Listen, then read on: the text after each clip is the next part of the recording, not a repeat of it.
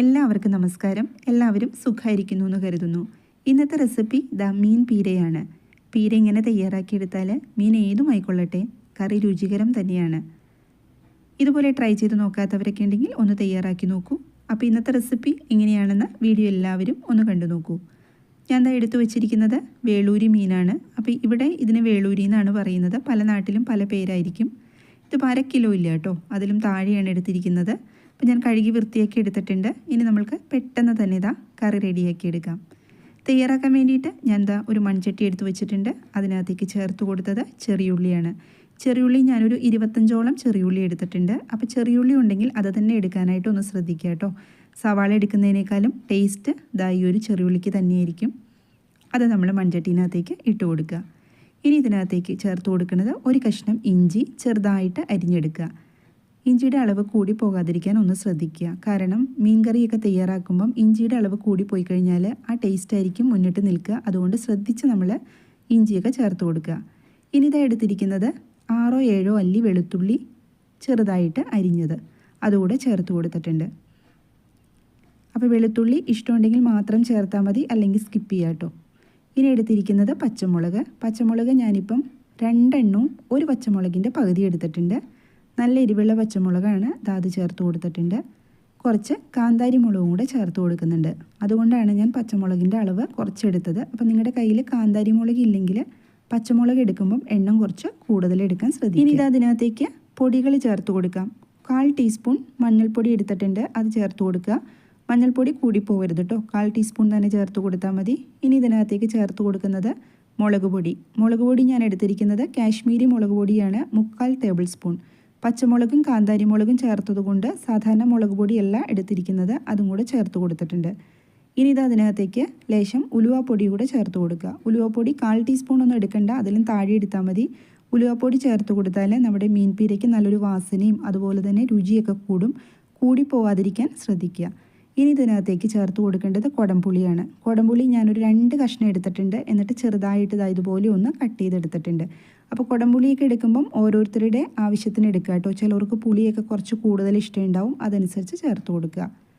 ഇനി ഇതിനകത്തേക്ക് ചേർത്ത് കൊടുക്കേണ്ടത് കറിവേപ്പില എത്ര ചേർത്ത് കൊടുത്താലും നമ്മുടെ മീൻ പീരയ്ക്ക് ടേസ്റ്റ് തന്നെയാണ്.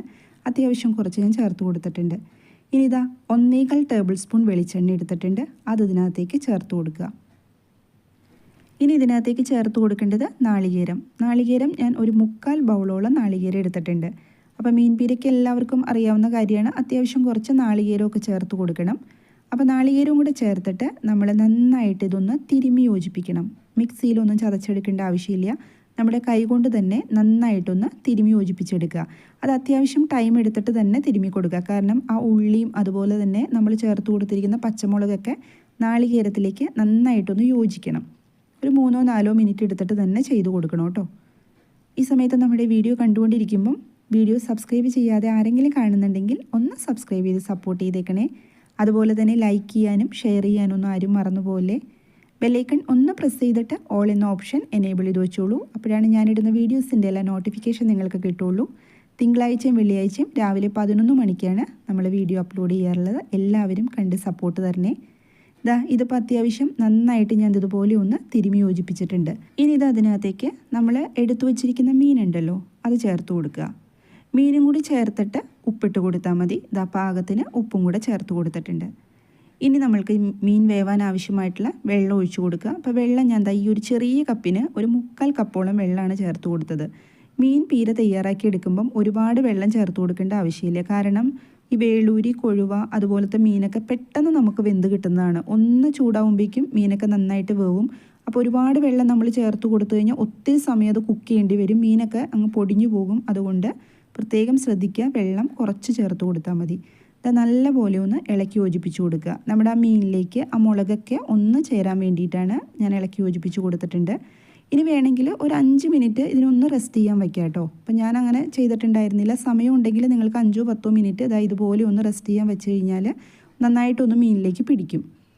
ഞാനിത് സ്റ്റവ് ഓൺ ചെയ്തിട്ട് മീൻ ചട്ടി വെച്ച് കൊടുത്തിട്ടുണ്ട്. ഇനി ഒന്ന് ചൂടായതിന് ശേഷം മാത്രം ഇത് അടച്ചു വെച്ച് കൊടുത്താൽ മതി. ചെറിയൊരു ചൂട് വന്നിട്ടുണ്ട്, ആ സമയത്ത് അടച്ചു വെച്ച് കൊടുക്കുക. ഇനി ഒരുപാട് നേരം ഒന്നും വേണ്ട ഇത് വെന്ത് കിട്ടാനായിട്ട്.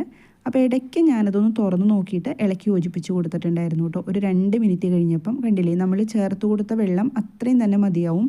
വെള്ളം കൂടുതലായിട്ട് കൊടുത്താൽ ഇത് വല്ലാതെ അങ്ങ് കുഴഞ്ഞു പോവും. അപ്പോൾ അതൊന്ന് ശ്രദ്ധിക്കണം. ഇനി ഒരുപാട് അങ്ങോട്ട് കുത്തി ഇളക്കരുത്. അങ്ങനെ ഇളക്കി കഴിഞ്ഞാൽ മീൻ പൊടിഞ്ഞു പോകും.